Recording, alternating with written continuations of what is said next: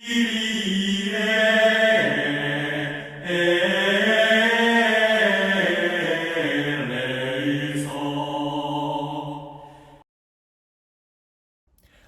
los corazones.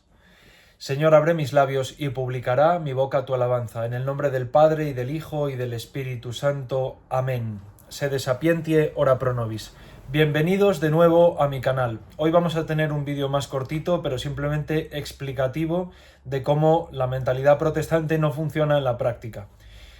Estamos acostumbrados los católicos a cuando compartimos el Depositum Fidei con los hermanos separados, pues ellos empiezan, ¿y esto dónde está en la Biblia? ¿Y esto dónde está en la Biblia? ¿Y esto dónde está en la Biblia? Que luego se lo demuestras con la Biblia y les da igual, ¿no? Pero bueno, la cosa es que sí, bueno, el fundamentalismo bíblico hace talibanes. Pero bueno, eso es otro asunto.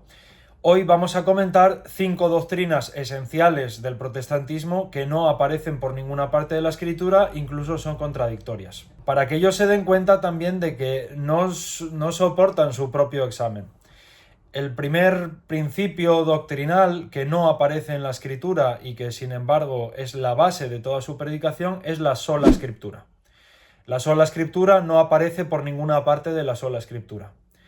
Ahora, algunos protestantes, tras apreciar que los apologetas católicos han demostrado que la sola escritura no tiene ningún sentido, han cambiado la definición de la sola escritura. La sola escritura siempre significó que la Biblia es la única fuente de revelación divina y, por lo tanto, la única norma de moral y conducta y demás. Ahora han cambiado, porque ven que no soportan su propio examen, entonces han cambiado la definición de sola escritura, es una especie de primacía de la escritura y entonces es como que es, digamos, la última regla, la última corte de apelación, la autoridad suprema de moral y doctrina, y no la única. Pero en cualquier caso esto tampoco aparece en ninguna parte de la Biblia y vamos a explorar un poquito más las incongruencias que tiene este pensamiento. Además, leyendo aquí un poco lo que decía sobre la sola escritura el famoso pastor Miguel Núñez de República Dominicana, decía que los reformadores, junto con el principio de sola escritura, erigieron el principio de Sacra Scriptura sui ipsius interpres, que significa que las Sagradas Escrituras son su propio intérprete.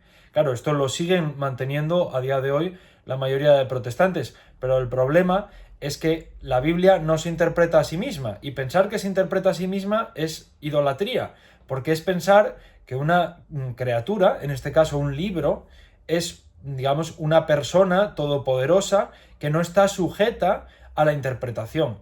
El único que no está sujeto a examen e interpretación es Dios.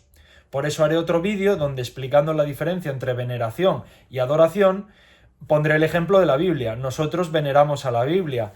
El obispo bendice con el Evangelio a la comunidad. Incensamos las Escrituras antes de leer el Evangelio. Eso es veneración, es pedir que nuestras oraciones se unan a la gracia del Espíritu Santo para que recibamos la verdad divinamente revelada a través de los textos sagrados. Pero la palabra de Dios no es un libro, la palabra de Dios es una persona, la palabra de Dios es Cristo, el verbo divino es Cristo. La Biblia no es la palabra de Dios, la Biblia es una recopilación de libros que tiene escrita la palabra de Dios.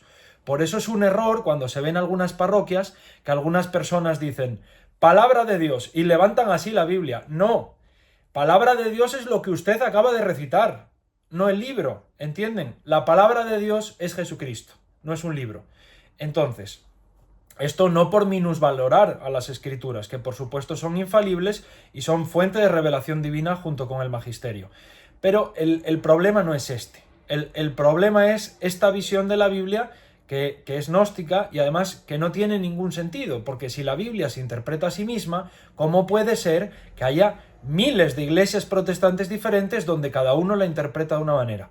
Y además hay una mentira muy extendida que es la que suelen decir los protestantes, he escuchado muchísimos últimamente, cuando se les pregunta si solo la Biblia, y además la Biblia es tan clara, ¿por qué cada uno predica cosas distintas? Y dicen, no, estamos en desacuerdo en cosas de segundo orden, de segundo grado. En las doctrinas fundamentales no estamos en desacuerdo. Eso es mentira. Y mentir es pecado. Eso es mentira. No tener ni idea de qué es el bautismo o qué es nacer de nuevo, o no tener ni idea de si hay predestinación o no hay predestinación o cómo funciona, o no tener ni idea de si la mujer puede pastorear una congregación o no puede hacerlo, o no tener ni idea de si X temas morales son lícitos o no son lícitos. Eso no son cosas de segundo orden, son cosas de suma importancia. Saber si el bautismo realmente regenera de los pecados o si es un puro símbolo de fe es una cosa de absoluta importancia. Saber si se puede obtener la salvación sin el bautismo o no, si el bautismo salva o no, es una cosa muy importante. Saber si tiene que existir un orden episcopal o no, o simples pastores, que cada uno tiene una comunidad, es importantísimo. Saber si te adscribes a una regla de fe o a una confesión histórica o no es absolutamente importante. Saber si es idolatría o no usar imágenes es muy importante, porque el idólatra se va al infierno. Entonces, son cosas que no son de segundo grado, eso es falso. Y bueno, la Biblia lo que dice es todo lo contrario, ¿no? Retened lo que de nosotros habéis recibido, ya sea por escrito o por hablado. La Biblia menciona la tradición oral. No solo esto, sino que la sola escritura no se sostiene a sí misma porque hasta hace 4 días era imposible vivir bajo la regla de la sola escritura porque la inmensa mayoría de cristianos que han existido en la historia de la humanidad no sabían leer. Entonces, incluso en tiempos de la Reforma, la sola escritura no era la sola escritura. Era la sola escritura filtrada por la predicación de Lutero, o la de Calvino, o la de Zwinglio, o la de quien sea. Pero la sola escritura en el sentido moderno de a mí me enseñaron que es necesario para salvación leer la Biblia, eso es una tontería. ¿Cómo va a ser necesario para salvación leer la Biblia? Si ha habido un 90 y pico % de cristianos en toda la historia que no podían leer la Biblia. Además, la Biblia, el Nuevo Testamento, exactamente igual que el Antiguo, se escribió para ser recitado en la asamblea. No se escribió pensando en que cada uno la leyera en su casa. Que me parece muy bien que la gente lea la Biblia en su casa. Yo leo la Biblia en mi casa, es maravilloso. Pero no fue pensada para eso. Porque además, cuando la Biblia se escribió, no se conocía la posibilidad de que existiera una imprenta. Entonces todo se copiaba a mano, había pocos volúmenes, etc. ¿Cuándo dijo el Señor? No, quien a vosotros os reciba, a mí me recibe, y quien a vosotros os rechaza, a mí me rechaza, no, eso quitarlo. El que siga la Biblia es el que de verdad me ama. No. Si no había Biblia, Si además hasta el siglo IV lo que tenían en las iglesias era, uno, la carta que le había mandado Pablo a ellos, otro tenía otro trozo, tenían cánones distintos. Por favor, si es que no tiene ningún sentido. Y la escritura dice que ninguna revelación de la escritura es de interpretación privada. Entonces la propia Biblia está prohibiendo el libre examen, prohibiendo que cada uno interprete lo que le apetezca. Eso son todo tradiciones humanas. Entonces, los protestantes, curiosamente, que se quejan de las tradiciones porque no entienden la diferencia entre la tradición con T mayúscula, tradición apostólica, la enseñanza, la revelación divina a través de la Iglesia, lo confunden con la tradición con T minúscula, con las tradiciones de hombres. Pero es que curiosamente ellos están llenos de tradiciones de hombres, su base doctrinal para ir empezando por alguna parte, ¿no? En segundo lugar, otra doctrina protestante que no aparece en ningún lado de la Biblia. La iglesia invisible. ¿En qué sitio de la Biblia dice que la iglesia sea un cuerpo invisible, no institucional, sin una dimensión jurídica, donde formamos parte todos aquellos que estamos en distintas sectas repartidas a lo largo y ancho del mundo, que cada uno cree una cosa distinta, pero que el Señor conoce el corazón de cada uno y entonces tú te salvas porque sí? No, ¿vale? Esto no aparece en ninguna parte de la Escritura. Lo que aparece en la Escritura es una iglesia jerárquica, hay presbíteros, diáconos y obispos. Lo que hay es una sucesión apostólica, no me hace falta ni siquiera leer a los primeros cristianos. En Hechos capítulo 1, que Hechos es un libro maravilloso porque se ve perfectamente cómo funcionaba la iglesia, se ve que para reemplazar a Judas escogen a otro obispo, a otro episcopo, ¿vale? Matías, en este caso. Entonces, ¿dónde aparece en la Escritura que la iglesia es un cuerpo invisible? Eso no aparece en ninguna parte de la Biblia y es también la base del protestantismo, porque si ellos no creyeran en la Iglesia invisible, entonces pues tendrían que hacerse católicos, o tendrían que hacerse ortodoxos, o tendrían que decir la única iglesia verdadera fundada por Cristo es la Iglesia presbiteriana. Fuera de la Iglesia presbiteriana no hay salvación. Lo cual evidentemente sería ridículo y ellos lo saben. Entonces se inventaron esto de la Iglesia invisible. No, disculpe, la Iglesia tiene una única jerarquía, tal y como hemos leído en otros vídeos de los padres de la Iglesia, queda clarísimo que para ver la licitud de un maestro había que ver si tenía sucesión apostólica, está presidida por la Iglesia de Roma, y esto siempre ha sido así, es la que tiene las llaves del reino de los cielos, y no es que cada uno funda su iglesia en un garaje y entonces, digamos, formamos parte de la Iglesia todos aquellos que Dios conozca su interior, pero que cada uno cree cosas distintas y está en una secta diferente y entonces va a una iglesia y no le gusta lo que predican y entonces se autonombra pastor y se monta la suya propia. Por cierto, para que veáis lo difícil que es ser pastor evangélico, me he sacado el título, ya soy oficialmente pastor en Estados Unidos y puedo casar gente. Estados Unidos, el culmen del liberalismo, de la tolerancia religiosa, el culmen del protestantismo, la decadencia y el subjetivismo absoluto que trae el protestantismo, encuentra su, digamos, su guinda del pastel en la psicología colectiva americana. Bueno, pues yo me metí en una página web y te dan el certificado gratis y si pagas $20 te lo mandan en físico a casa. Yo ya puedo legalmente casar gente en Estados Unidos como pastor protestante. Bien, esto es todo lo que se necesita. Tercera doctrina protestante que no aparece en ninguna parte de la Escritura. Nacer de nuevo es una experiencia de conversión. ¿Esto de dónde se lo han sacado? Yo sé que cogiendo la Biblia uno puede decir lo que le dé la gana. Es decir, yo si me apetece tratar de demostrar con la Biblia que Jesucristo es el diablo, puedo hacerlo. Porque a ambos se les llama el lucero del alba, ¿no? En la Escritura. Entonces, pues son el mismo. Y de ahí vinieron las sectas gnósticas primitivas, de ahí que cada uno decía lo que le apetecía. No. Mire, en ninguna parte de la Escritura dice que nacer de nuevo sea una experiencia de conversión, que por el hecho de estar arrepentido uno nazca de nuevo, porque además eso tiene que ver con otro principio que va a ser el cuarto, el que hablemos después, que es el de soy salvo. Entonces va todo relacionado. Entonces es como un momento concreto en el que acepto, digamos, al Señor Jesús como Señor y Salvador en mi corazón y entonces en ese momento pues he nacido de nuevo. He nacido de nuevo porque Dios ha transformado algo en mí de forma infusa, sin materia alguna. Por eso es gnosticismo, porque todo es espiritual, todo es un concepto, no hay materia, como en el bautismo, la materia es el agua, ¿no? Entonces, pues no, nacer de nuevo es ser bautizado, es ser regenerado en las aguas del bautismo, ser sepultado en Cristo y resucitar junto con Él. Quien no nazca de nuevo del agua y del Espíritu no entrará en el reino de los cielos. San Agustín, esto creo que ya lo comenté alguna vez, decía, él después de su conversión, decía cuando nazca de nuevo, refiriéndose al día en el que iba a ser bautizado.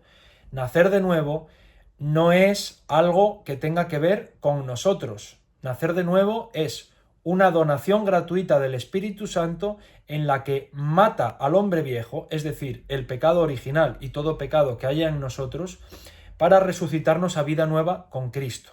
Lo de que el bautismo perdona pecados, tengo por lo menos 10 referencias bíblicas. No va a ser de eso este vídeo, pero vamos, es algo que está totalmente claro en la Escritura. Entonces, no.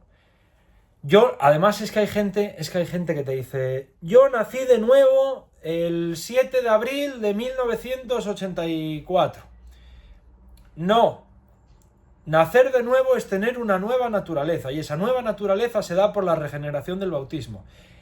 No hay un solo versículo de la Escritura que diga que nacer de nuevo es tener una experiencia de conversión.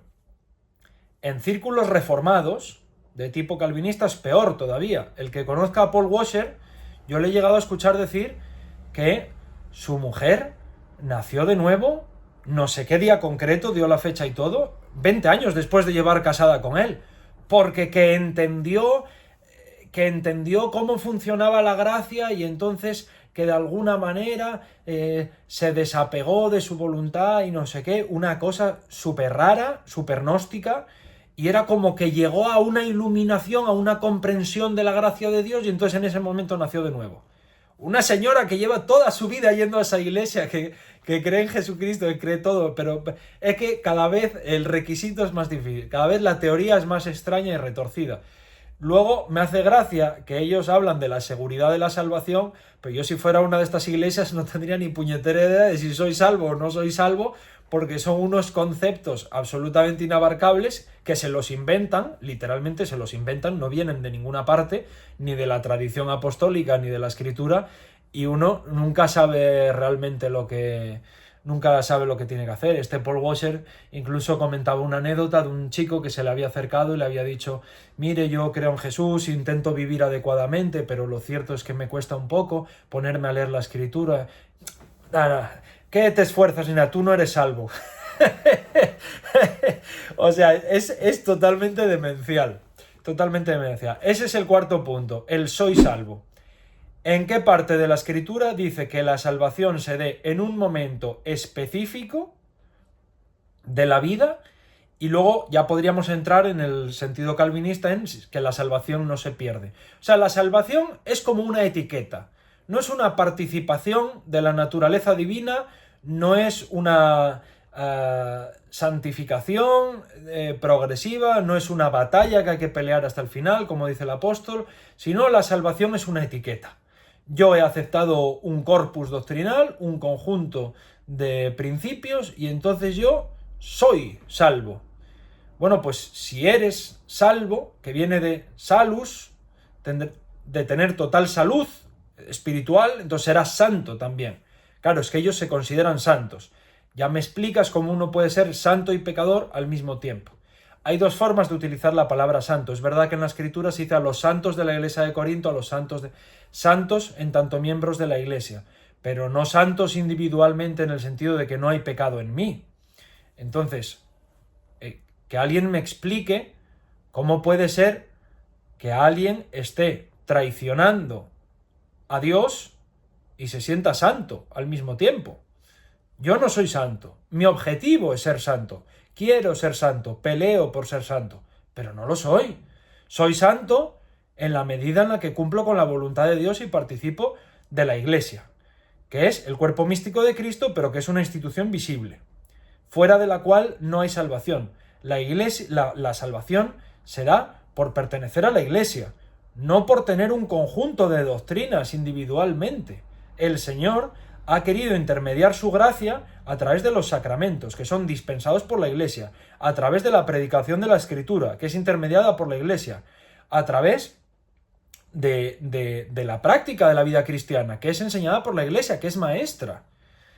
Si no, yo me erijo mi propio maestro, y Dios no me ha dado permiso para eso. Entonces, no tengo ni idea de dónde ha salido el concepto de yo soy salvo. Y entonces a veces me dicen, ¿no? Bueno, yo me estoy planteando, porque veo que tú también crees en Jesús y tal, porque muchos protestantes tienen la idea de que somos satánicos. Entonces, a lo mejor los católicos también sois salvos. Bueno, muchas gracias por esa salvación condescendiente, pero ¿qué es eso de soy salvo? No, si persevero, me salvaré. Que eso es lo que dijo el Señor. El que cumple mis mandamientos, ese es el que me ama. El que persevere, se salvará. Yo vengo como ladrón en la noche, esperar como las vírgenes prudentes con las lámparas encendidas. Seremos juzgados por nuestros actos. Eso no significa que seamos pelagianos, que nos ganemos la salvación por puños, por puro esfuerzo. Es por la gracia de Dios, evidentemente. Nosotros no somos pelagianos, aunque los protestantes nos acusen de ello. Pero seremos juzgados por nuestras obras. Porque además hay otra cuestión que habría que reflexionar ahí. La fe es un don. Y Dios a algunos le da más y a otros le da menos. Y cada uno, correspondiendo con la gracia que Dios le ha dado, que a unos les da más y a otros les da menos, mediante su acto volitivo, mediante la voluntad, trata de cooperar con esa gracia. Y nosotros seremos juzgados por nuestras acciones y por nuestra respuesta. A mí no se me puede juzgar por no tener fe, porque si no tengo fe es porque Dios no me la ha dado. Ahora, por lo que sí se me puede juzgar es por no haberla pedido. Pedid y se os dará. Eso es otro tema diferente. Bien. Y en último punto, aunque igual que hice en el vídeo de 5 preguntas que ningún protestante puede responder, si esta serie tiene éxito, haré otro vídeo diferente sobre 5 doctrinas protestantes más que no están en la Biblia, pero hay muchísimas. También os pido perdón porque la verdad es que me cuesta un poco sacar vídeos. Sois como una familia para mí, a veces tenemos mucho contacto y me dais ánimo y eso. Quiero comentar que os pido perdón porque hay vídeos que, como veis, están muy preparados, pero hay otros como este que hay veces que no me siento con ganas de hacer vídeos, me cuesta muchísimo sentarme a hacer los vídeos y a veces es como esto, ¿no? Como una charla un poco más distendida. Si soy un poco caótico en mi argumentación, os pido perdón. De verdad es que me cuesta mucho sentarme a preparar vídeos y el de la Inmaculada Concepción me llevó muchísimo trabajo. Bueno, en última instancia, la sola fide. ¿Dónde aparece la justificación por la sola fe en la Escritura? En ninguna parte. Si tú le preguntas a un protestante dónde dice eso, te dirá, porque por la fe habéis sido justificados. Claro, nosotros también pensamos eso, que por la fe hemos sido justificados. Pero ¿dónde aparece el sola? ¿De dónde sale el sola? Luego los protestantes dicen, es que la Iglesia Católica quemaba Biblias. No, disculpe. La Iglesia Católica empezó a quemar algunas traducciones de la Biblia de época de la Reforma que a través de la imprenta se utilizaban como marketing. Fue la primera campaña de marketing de la historia, utilizar la Biblia para sacar a la gente de la Iglesia, que venían con notas al pie de página que eran heréticas y traducciones mal hechas a propósito. Una de estas fue la de Lutero, que a Romanos, donde dice que somos justificados por la fe, le añadió la palabra sola en alemán, por la sola fe. Eso no aparece en ninguna parte.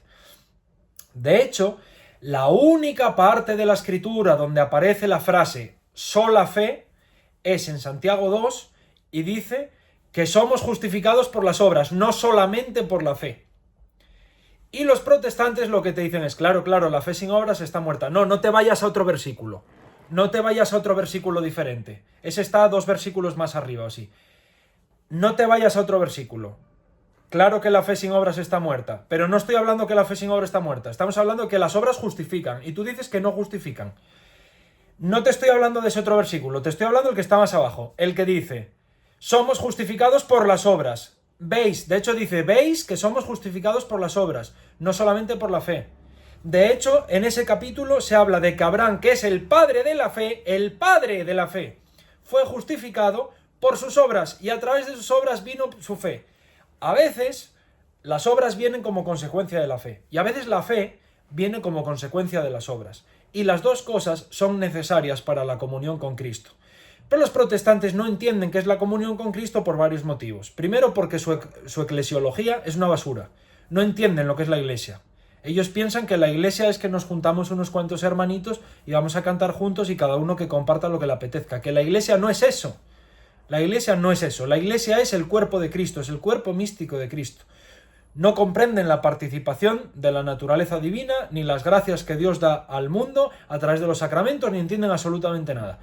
Y luego, por otra parte, tampoco pueden entender lo que es la comunión con Cristo, porque al no entender precisamente esa teosis, esa divinización, no pueden comprender la Eucaristía. No pueden entender que la Iglesia nos diviniza para hacernos a la semejanza de Cristo. Para ellos, estar a la semejanza de Cristo es un concepto, una cosa etérea, un indefinido, que no funciona así.